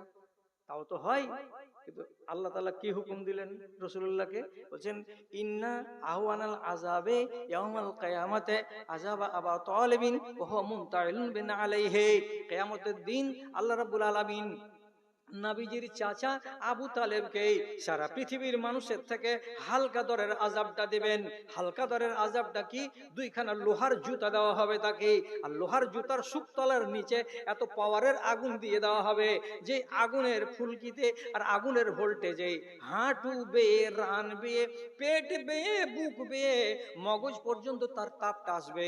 রাসূলুল্লাহ বলছেন ইয়াগলি মিনহু দিমাগুহু, মগজগুলো যে ভিতর দিকে আছে, তো গরম পানি যেমন খালখাল খালখাল করে আওয়াজ করে, ওই রকম আমার চাচা আবু তালেবের মগজগুলো সারা সারা দিন, সারা সারা রাত ওই রকম খলখল খলখল করে উতলাতে থাকবে।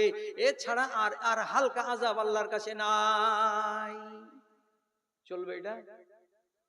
চলবে না, চলবে না।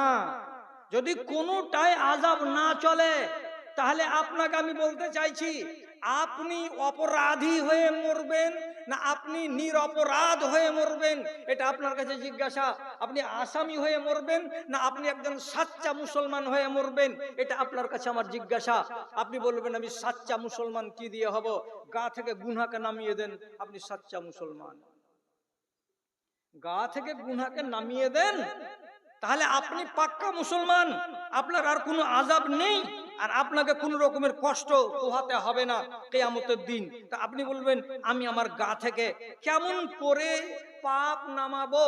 তো আপনার নেক ইচ্ছা আছে কি যে হ্যাঁ আমি পাপ নামাবো?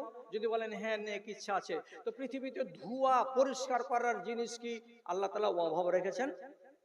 অভাব আছে কি? আচ্ছা খালাটি শুনো, ও মা ঠিক আছে শুনতে বলছি। তোমার বাড়ির কাপড় যদি কালো হয়ে যায়, তো কাপড়কে কি করে পরিষ্কার করতে হয়? 1 বালতি পানিতে ডিটারজেন্ট পাউডার গুলে দাও, কাপড়খানিকে এমনি করে ঝাঁকাও, আধ ঘন্টা পরে ধুয়ে মুছে তুলে দাও, পরিষ্কার, কাপড় পরিষ্কার হয়ে গেল। পানি ইন্দারার খারাপ হয়ে গেছে, ইন্দারার পানি পরিষ্কার করতে গেলে বেটা ছেলেটিকে বলছি কি দিব যে পানি পরিষ্কার হবে বলুন একজন লোক? কি? চুন। বড় ভাই বললেন চুন, আপনারা কেউ বলেন হসপিটাল ওয়ালা যেগুলো দেয় ব্লিচিং পাউডার। আর একটা ভাই বলুন, নাম শুনেছেন ফিটকিরি? হ্যাঁ না বলুন শুনেছেন ফিটকিরি? ফিটকিরি ফেলে দেন পানিতে, ব্লিচিং ফেলে দেন, ফেলে দিয়ে পানিতে চুন ফেলে দেন পানিতে, পানি কি হবে? পরিষ্কার। তাহলে পানি পরিষ্কার করার হিসাব আলাদা, আর কাপড় পরিষ্কার করার হিসাব আলাদা। আর যদি একটা মানুষ বলে যে আমার লোহাতে জং লেগে গেছে, কি করবো? কামারের বাড়ি নিয়ে যাও, কামার ওকে হাপড়ে ভরবে, আর হাফুর হুফুর করে যখন 10 বার টানবে, লাল হবে, তারপরে এই রকম করে রেখে যখন ঠাকাম ঠাকাম করে দিবে 10টা বাড়ি, তখন যেটা জং ছিল ছুটে যাবে। তারপরে দেখবেন যে আপনার হাঁসুয়াটা ঝকঝকে জং মুক্ত হয়ে গেছে। তাহলে লোহার জং ছাড়াতে গেলে আগুন দিয়ে ছাড়াতে হবে, কাপড়ের ময়লা ছাড়াতে গেলে ডিটারজেন্ট দিয়ে ছাড়াতে হবে, পানির গান্দাগিকে পরিষ্কার করতে গেলে আপনাকে ফিটকিরি দিয়ে পরিষ্কার করতে হবে। আপনার দেহে ময়লা লেগে আছে, এই ময়লাটাকে ছুটাবার জন্য কোনটা করতে হবে? বলছে আমাকে বালতিতে ভরো, হবে?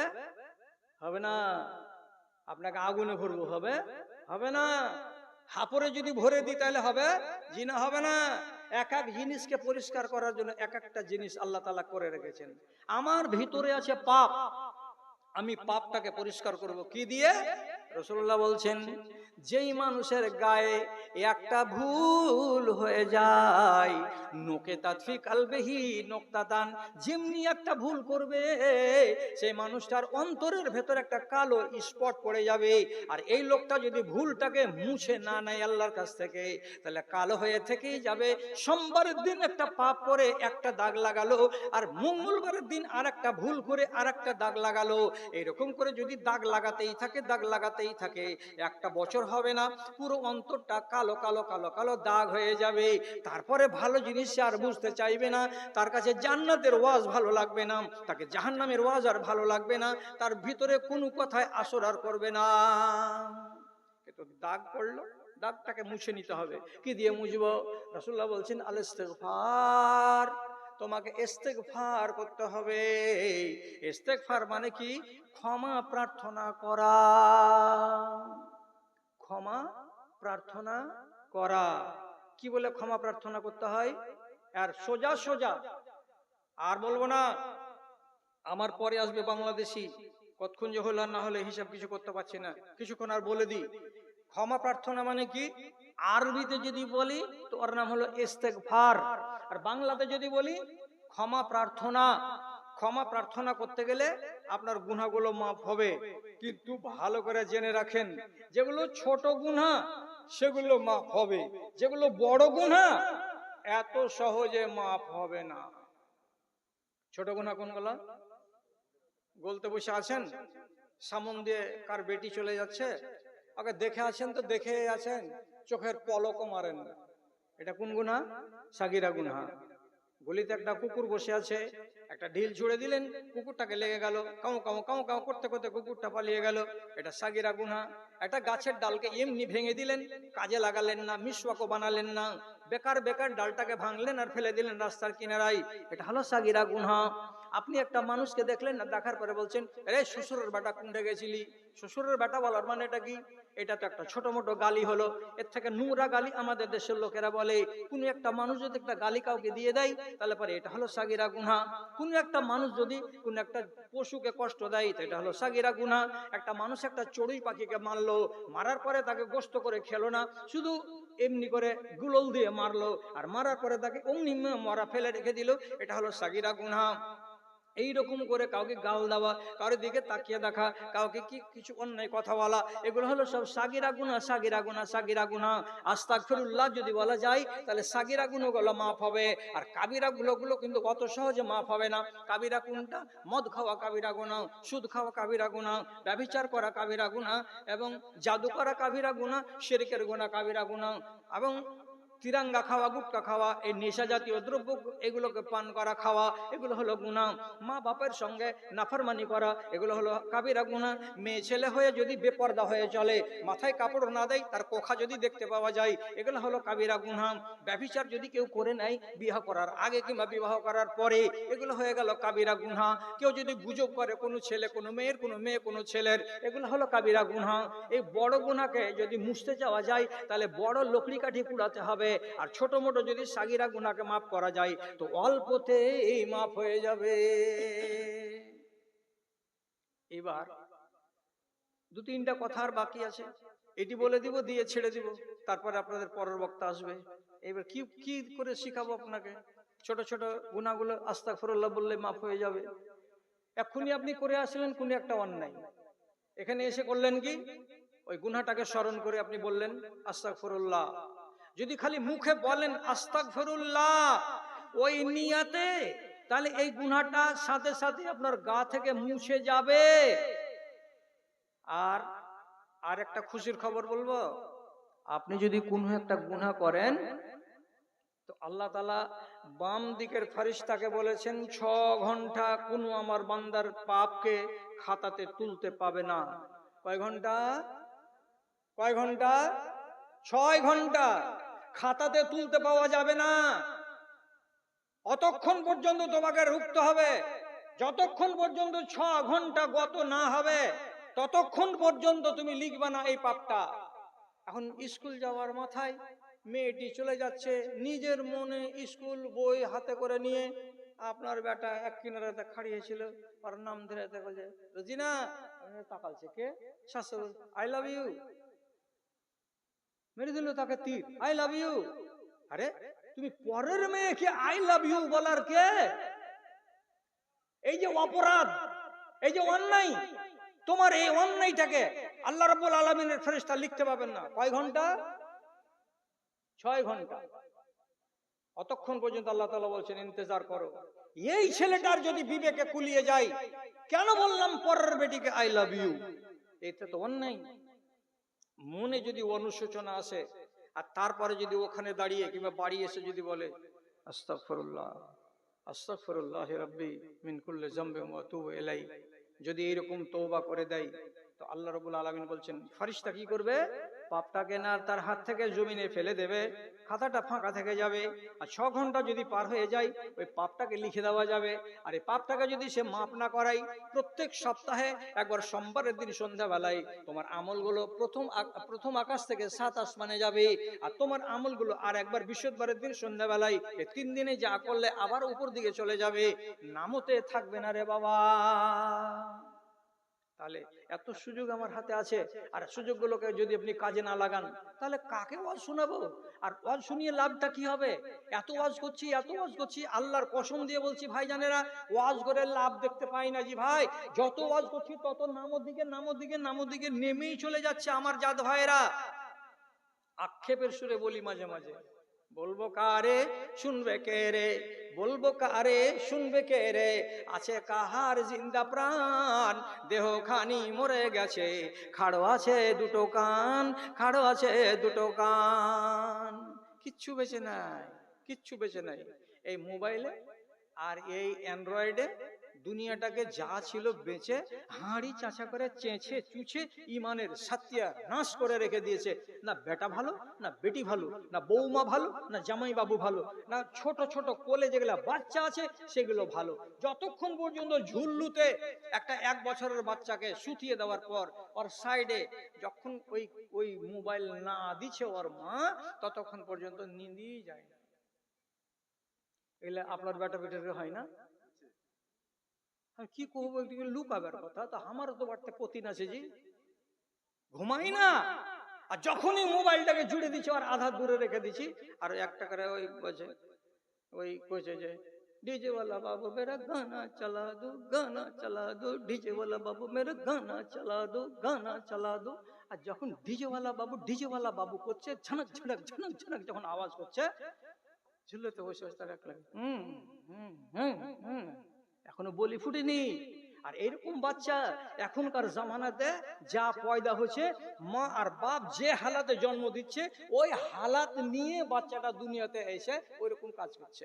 1 বছরের ছেলে হয় না, এত বড়খান প্লাস্টিকের ব্যাট দিতে হয়েছে ওকে, আর ওই ব্যাট আর একটা বল নিয়ে খাড়াই চেয়ারকে ঠাটাইছে, খাড়াই টেবিলকে ঠাটাইছে, খাড়াই বাসনকে ঠাটাইছে। কি করছিস রে? বলছে সেঞ্চুরি করছি গে মা। জমানা কতটা নিচে নেমেছে, মানুষ খারাপ হয়ে গেল। ওয়াজ করে মানুষকে আর কাবু করতে পারা যাচ্ছে না। ওয়াজ শুনছে কিন্তু কাজে লাগাতে চাইছে না মানুষেরা। ভাইজি আপনার ইমান কতখানি আছে? একটা লোকের কথা বলবো, শুনবেন? লম্বা করে না, কলিমুদ্দিন একটা চিরকোট দিও আমাকে, যেমনি টাইম হয়ে যাবে। আবু বকর সিদ্দিক রাদিয়াল্লাহু তাআলা আনহু, আবু বকর সিদ্দিক রাদিয়াল্লাহু তাআলা আনহু তিনি হলেন প্রথম খলিফা। যখন মরণ কাছে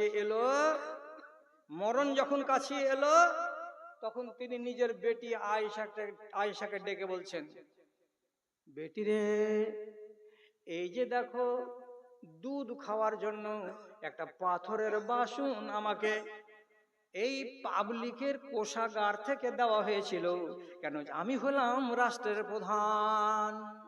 আমার বাড়িতে এই পিয়ালাটা ছাড়া পানি পান করার আর কোনো বাসন ছিল না। তারপরে বেটি শোনো রে, আমাকে দেওয়া হয়েছিল একটা গোলাম, যে গোলামটা আমার সেবা করবে, খিদমত করবে, তার জন্য এই গোলামটা আমার সামনে আছে। আর তারপরে বেটিকে ডেকে বলছে, বেটিরে আমার, এই দেখো আমার কাছে একটা বড় আবা, আবা মানে কি পার এখান থেকে শুরু করে গলা পর্যন্ত লম্বা একটা চোগা আলখাল্লা ছিল। এটা আমাকে কে দিয়েছিল? তো বাইতুল মাল থেকে দিয়েছিল। আমি আজকে মরে যাব, মরার টাইম আমার চলে এসেছে, তার জন্য আমি তোমাকে বলছি তুমি আমার হুঁশিয়ার বেটি। বেটিরে আমার আয়েশা, শোনো রে, শোনো রে, এই গোলামটাকে এবং আমার এই পানি পান করা, দুধ পান করা বাসনটাকে এবং আমার এই আলখাল্লাটাকে, তিনখানা জিনিসকে সাথে করে নাও। আর নেওয়ার পরে খাত্তাবের বেটা অর্থাৎ উমর রাদিয়াল্লাহু তাআলা আনহুর বাড়িতে দিয়ে চলে এসো। এগুলো ব্যবহার করার আমার হক নাই রে মা। কেন? যে আমি এখন খলিফাতুল মুসলিমিন নই, আমার মরণ চলে এসেছে। মরে যাওয়ার পরে যদি আমার বাড়িতে থেকে যাই তাহলে এগুলো অন্যায় রাখা হবে। কাজে রাষ্ট্রের মাল রাষ্ট্রের কাছে চলে যাবে। আর আমার পরে খলিফা হবে কে? তো উমর রাদিয়াল্লাহু তাআলা আনহু। আমার বাড়িতে এগুলো রাখিও না। ওহরে, ওহরে, একটা খলিফাতুল মুসলিমিন, আর পৃথিবীতে নবীরা আগে জান্নাতে যাবেন, তারপরে উম্মতির ভিতরে উম্মতে মুহাম্মাদি প্রথম জান্নাতে যাবে। আর উম্মতে মুহাম্মাদের ভিতরে সর্বপ্রথম যে ব্যক্তিটা জান্নাতে প্রবেশ করবে তার নাম আবু বকর সিদ্দিক। তো যেই লোকটাকে রাসূলুল্লাহ 10টা জান্নাতি লোকের তালিকা দিলেন, আর তালিকা দেওয়ার পরে 1 নম্বরের নাম নিলেন আবু বকর সিদ্দিকের, তো সেই লোকটা মানুষ মরবার টাইমে তার ভিতরে কত খাকসারি এসেছে এবং কত আল্লাহর ভয় এসেছে, যে সামান্য একটা পাথরের পিয়ালা বাড়িতে রাখতে রাজি নেই। রাষ্ট্রের মাল জমা করে দাও, আমার এই আলখাল্লা এখানে রাখবো না, জমা করে দাও। আর দেওয়ার পরে নিজের বেটিকে বলছে, বেটি আমার, গোসল যখন দেওয়াবে লোকেরা, তুমি আমার মেয়ে, সাথে থাকবে, আমার কাছে থাকবে, দূরে যাবে না। তারপরে আমাকে যে কাফন পরাতে হবে, তো বেটি আয়েশা তোমার মতো জ্ঞানী গুণী মেয়ে আমার সামনে আর কেউ নেই, তার জন্য তোমাকে বলছি, আমার যে দুখানা লম্বা লম্বা চাদর আছে সাদা, আমি যখন মরে যাব বা মরণটা কাছে চলে আসবে, তখন সাদা চাদরটাকে তুমি আগেই কেচে দাও, আর কেচে দেওয়ার পরে শুকিয়ে নাও, আর ওই পুরানা চাদর দুটোতে আমাকে কাফন পরিয়ে দিয়ে কবরে দিয়ে আসার ব্যবস্থা করবে। আর এটাই হলো আমার শেষ পোশাক। মা আয়েশা বলছেন, আব্বা জান, আপনি তো মুসলমানদের খলিফা, আপনি তো সারা ইসলামী জাহানের নেতা, আপনার মতো মানুষটাকে দুখানা চাদরে কিসের জন্য কবরে দেব? আপনার মতো মানুষটাকে পুরানা চাদরে কেন কবরে দেব? আপনার জন্য নতুন কি কাপড় এদেশে পাওয়া যায় না? তখন আবু বকর সিদ্দিক বলেছিলেন কাঁদতে কাঁদতে, বেটিরে আমার, ইন্নাল জাদিদা আহাক্কু বিহি আল আহিয়া, যারা বেঁচে আছে তারাই নতুন নতুন কাপড়গুলো পরবে, এটা ওদের হক। আমি মরে যাব, মরা মানুষ, আমি নতুন কাপড় পরতে কেন যাব? আমাকে মরা কাপড়েই কাফন পরিয়ে দিও। একটা জান্নাতি মানুষ মরতে যাচ্ছে, তো তার ভিতরে খাকসারি কতখানি, আল্লাহ যেন আমাকে এটার জন্য ধরে না নেন। তোমার বাড়িতে আলখাল্লা থাকলো কেন? তোমার বাড়িতে গোলাম থাকলো কেন? এটা তো সরকারের মাল। এত বড়টা ইমানদার মানুষ, এত বড়টা দিনদার মানুষ, আর উম্মতে মুহাম্মাদির সর্বশ্রেষ্ঠ মানুষ, আর সেই মানুষটা যদি মরবার কালে এমন খাকসারি করে, তাহলে আমি আর আপনি কতখানি ইমানদার লোক গো ভাই। ভালো করে শুনে, ইবনে আবি মুলাইকা এক সাহাবী, উনি বলছেন রাসূলুল্লাহর ইন্তেকালের পর আমি রোজ রোজ কি করতাম, আম্মা আয়েশার বাড়ির গোড়া দিয়ে আমি গত হইতাম। কেন গত হইতাম? মনে মনে ভাবতাম মা আয়েশার সাথে যদি দেখা হয় তো হয়তো উনি কিছু শিখাবেন, আর না হয় আমার মনে কোনো প্রশ্ন আছে তো আমি উনার কাছ থেকে শিখে নিব। এই উদ্দেশ্যে আমি আম্মা আয়েশার বাড়ির গোড়া দিয়ে, ঘরের গোড়া দিয়ে আমি যেতাম। একদিন আমি ফজরের নামাজের পর মা আয়েশার কামরার গোড়া দিয়ে যাচ্ছি, তো দাঁড়ালাম। তো যখন ওইখানে আমি দাঁড়ালাম, তো আম্মা আয়েশা আয়াত পড়ছেন কোরআন মাজিদের, কি পড়ছেন? ফামান্নাল্লাহু আলাইনা ওয়া ওয়াকানা মিন আযাবিস সুমুম। তার মানে কি? আল্লাহ রাব্বুল আলামিন আমাদের উপরে দয়া করেছেন এবং দয়া করে আমাদেরকে জ্বলন্ত আগুন থেকে বাঁচিয়ে নিয়েছেন।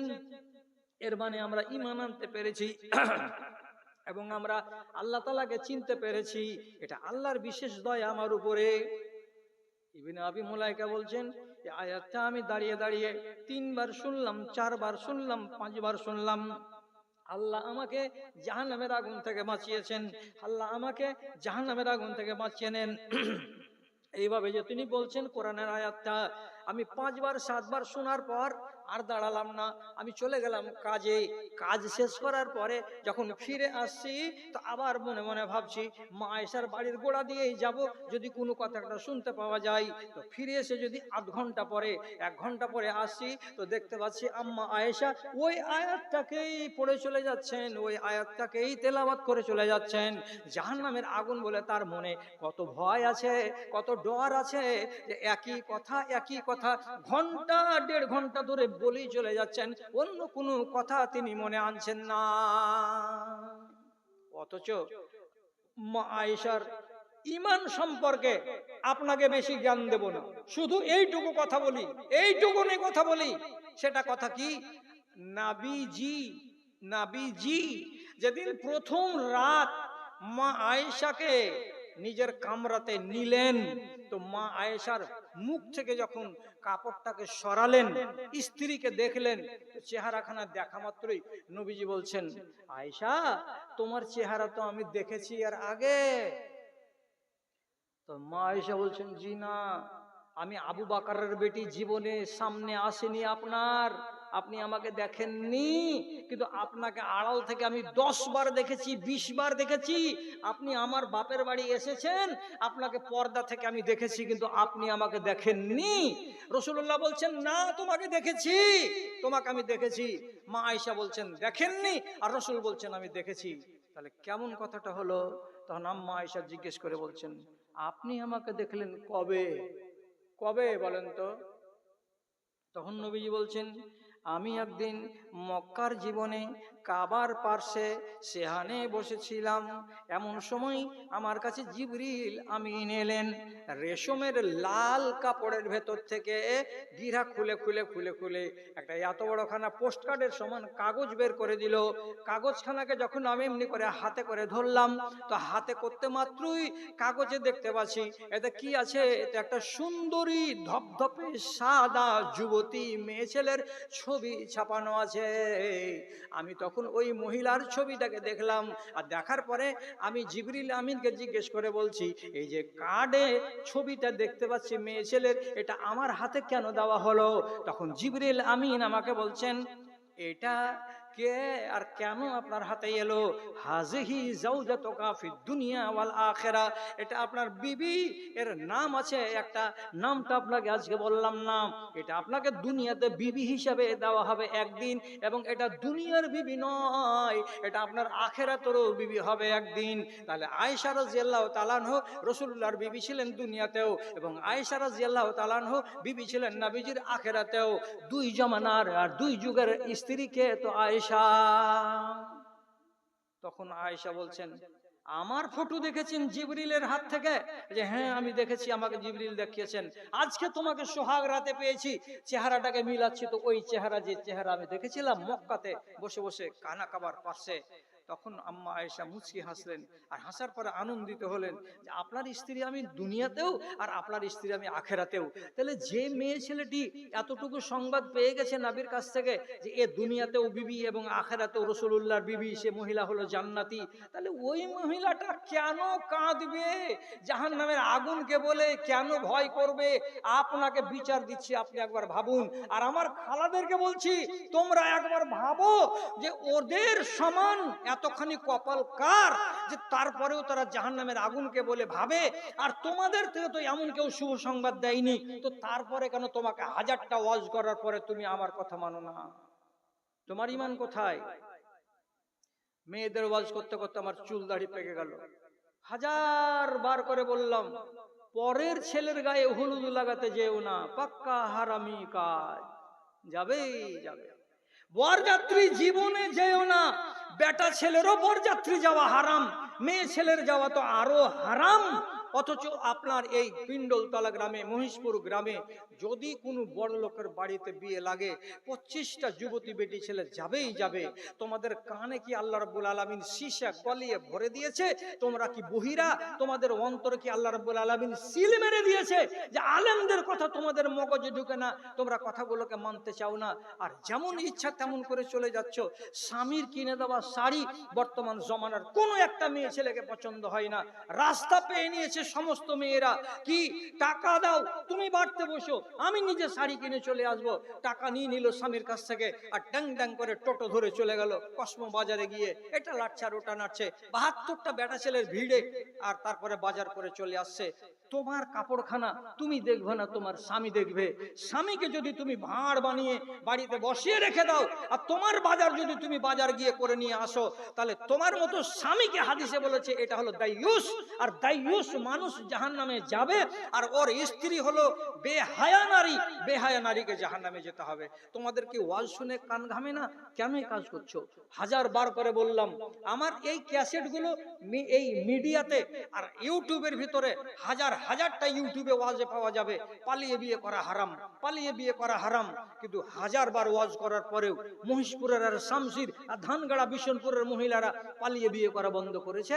করেনি, করবে না এরা বন্ধ। কেন করবে না? যত দিন যাবে তত মুসলমানদের ঈমান নিচু দিকে নামবে। কেন নিচু দিকে নামবে?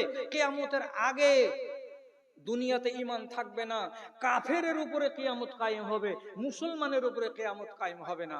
তো দুনিয়াতে আল্লাহ তাআলা মুসলমান রাখবেন না। আস্তে আস্তে আস্তে আস্তে একবার নামাজ যাবে, একবার রোজা যাবে, একবার যাকাত যাবে, একবার হজ যাবে, একবার আমানত যাবে, একবার পর্দা যাবে, একবার দিনদারি যাবে, একবার মা বাবার সেবা যাবে। এই করতে করতে করতে করতে সব উঠে যাবে। আর উঠে যেতে যেতে যেতে যেতে গিয়ে যখন দেখা যাবে যে মানুষের ভেতরে কলেমা নাই, লা ইলাহা ইল্লাল্লাহ নাই, সুবহানাল্লাহ নাই, আলহামদুলিল্লাহ নাই, তখন কিয়ামত কায়েম হবে। তো কিয়ামত কাছে আসছে, তার লক্ষণ হলো এটাই যে হাজার বার ওয়াজ করার পরেও মানুষেরা হেদায়েতের কথা শুনে না। কণ্ঠই আমার ক্ষীণ হয়ে এলো, কণ্ঠই আমার ক্ষীণ হয়ে এলো, অবশ হইল পা, শত হাঁক দিলেও অচেতন জাতি, কেউ চেতন হইল না রে, কেউ চেতন হইল না। কি করা যাবে? আজকের মতো শেষ কথা, আজকের মতো শেষ কথা। ভাইজানেরা, ভাইজানেরা, ইস্তিগফার কথা বলছিলাম, 500 টাকা মসজিদের নামে। এই গ্রামে বাড়ি মহেশপুর, ঠিক আছে, আলহামদুলিল্লাহ। আমি আচ্ছা ইনশাআল্লাহ, ঠিক আছে, মনে রাখছি। আচ্ছা 5 মিনিট পরে সবারই জন্য দোয়া করবো ইনশাআল্লাহ। 5টা মিনিট। তো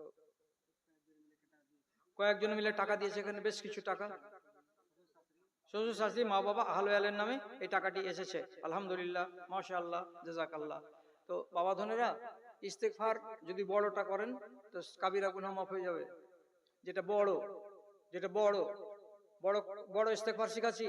এই পিণ্ডলতলার গাঁখাটার নাম কি? মহেশপুর, মহেশপুরের খালাটি কার মুখস্থ আছে? তুমি 10টা মেয়ে ছেলেকে শিখিয়ে দিও দুয়াটা, আর পাপ যেন ঘাট থেকে নেমে যায়। আর রমজান মাসেই নামাতে হবে পাপ ঘাট থেকে। কি বলছি?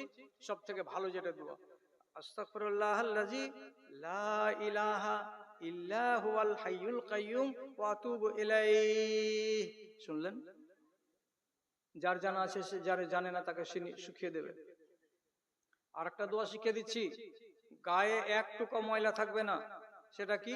আল্লাহুম্মা গফিরলি মা কাদ্দামতু ওয়া মা আখারতু ওয়া মা আসরারতু ওয়া মা আলানতু ওয়া মা আসরাফতু ওয়া আনতা আলামু বিহি মিন্নি, আনতাল মুকাদ্দিমু ওয়া আনতাল মুআখিরু ওয়া আনতা আলা কুল্লি শাইইন কাদির।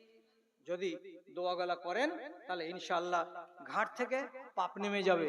রমজান মাসে এই সুযোগটা অন্যান্য মাসে আপনি এই সুযোগটা পাবেন না। তার জন্য শেষবারের মতো বললাম, আমার টাইম হতে চললো আর মাত্র 5 মিনিট আছে, তাহলে 1.5 ঘন্টা পুরা হয়ে যাবে। এই 5 মিনিটের ভেতরে এবার আপনাদের মতো মানুষকে ডাকছি। এত বড় মসজিদ আপনারা কায়েম করেছেন, পরের সাহায্য নেননি, তার জন্য আপনাকে মুবারকবাদ জানাচ্ছি, 7 বার করে ধন্যবাদ জানাচ্ছি। আপনাদের মতো ভাইগুলোকে আল্লাহর ওয়াস্তে একটু এগিয়ে আসুন। 1 বস্তা করে সিমেন্ট অর্থাৎ 420 টাকা আপনারা কে কে দিতে রাজি আছেন? কমসে কম 10টা লোক আপনারা বলুন যে আমরা 1 বস্তা করে সিমেন্ট দান করব। পহিলা নম্বর ব্যক্তি কে আসছেন, আপনার জন্য দোয়া হবে ইনশাআল্লাহ। আমার ভাইজান 1000 টাকা দান করেছেন। আল্লাহুম্মা সাল্লি আলাইহি, আল্লাহুম্মা বারিক আলাইহি, আল্লাহুম্মা ঈদহু বিল ইলমি ওয়াল হিলম ওয়া যায়্যিনহু বিল ঈমানি ওয়াত তাকওয়া ওয়া লা তুআররিজু বিল ফিতানি ইয়া রাব্বাল আলামিন। পহিলা নম্বর ব্যক্তি একটা সিমেন্টের বস্তা কে আছেন? তোমার আদেশে দিন চলে যায়। আলহামদুলিল্লাহ, আমার দাদাজি দিয়েছেন 2000 টাকা দান। কবুল করো পাক সুবহান মিটা মনে আরমান। আল্লাহ মাকসির মালাহু ওয়া আলাদাহু ওয়া বারিক লাহু ফিমা আতাইতাহু ওয়া জিদ ফি উমরিহি রব্বানা তাকাব্বাল মিন্না ইন্নাকা আনতাস সামিউল আলিম। আমিন আমিন বিরহমাতিকা ইয়া আরহামার রাহিমিন। আরেকজন 500 টাকা দান। কবুল করো পাক সুবহান। পরওয়ারদিগার আমার ভাই দানকে কবুল করে নাও।